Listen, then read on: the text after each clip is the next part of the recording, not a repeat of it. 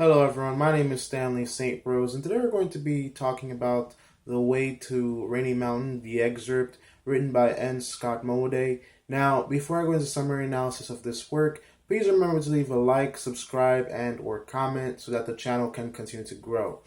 Now, in this work by Scott Momaday, we're talking about the ancestry of his family. We're talking about his grandmother.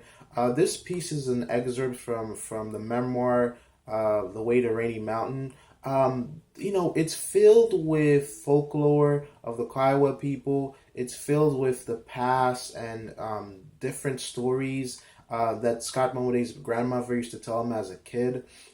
This piece, it's for me, like when I was reading, it's very majestic. From the description that you get of the United States, this is like when America was clashing with the Native American Indians for basically America, for land. The Kiowa people, they were fighting for their land, they were fighting for their right to live, basically, and they didn't win. But the things like the way that Scott Momaday describes America and describes the countryside and describes the mountain, describes the landscape. It's very beautiful. It's very majestic. It's a different way of looking at America. I guess you could even say it's the Native American Indian way of looking at America. And basically, there's some folklore, like for instance, there's a folklore within this work where it tells us that the Kiowa people were born from, or they pretty much existed or were created, or just, I guess they just came from a hollow log. So while you're reading this memoir or this excerpt from the memoir, The Way to Rainy Mountain, you're getting a lot of folklore, you're getting a lot of folk tales of Indians, and it's very interesting. In the essay, what ends up happening,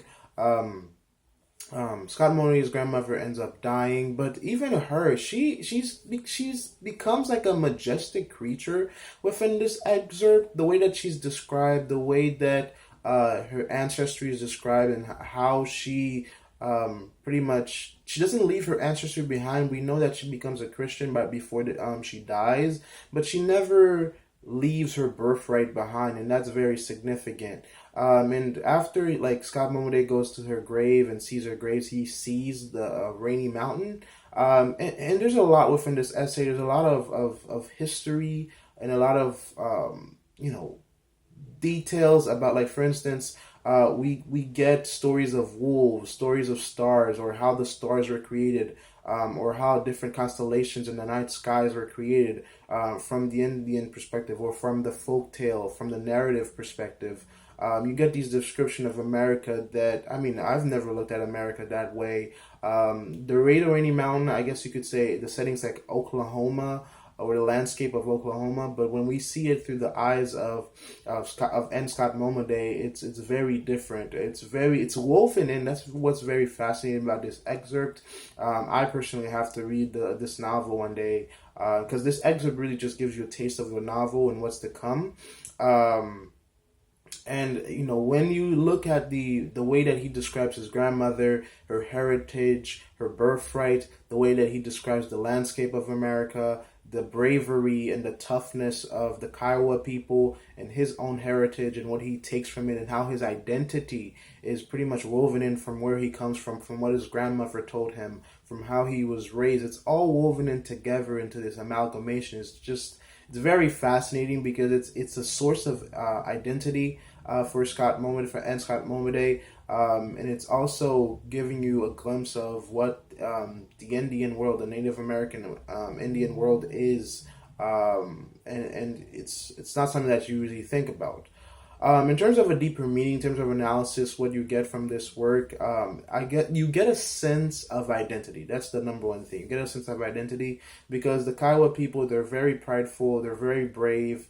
N. Scott Momaday even tells us that the Kiowa people, they were the best at riding horses. So you can see that these were warriors. These are Indian warriors, and they were the only thing that they didn't give up for their land was their lives. And many of them did, not all of them, but many of them did give up their lives for their land.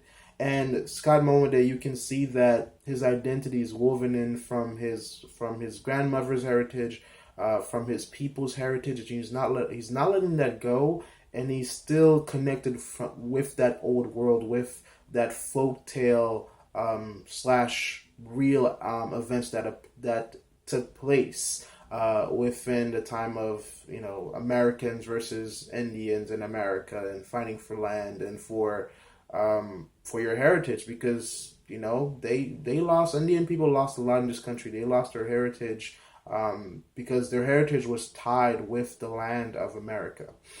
So that's my perspective on this work. That's just, you know, quick summary, quick understanding of what's going on, of, you know, in the Way to Wayne Mountain.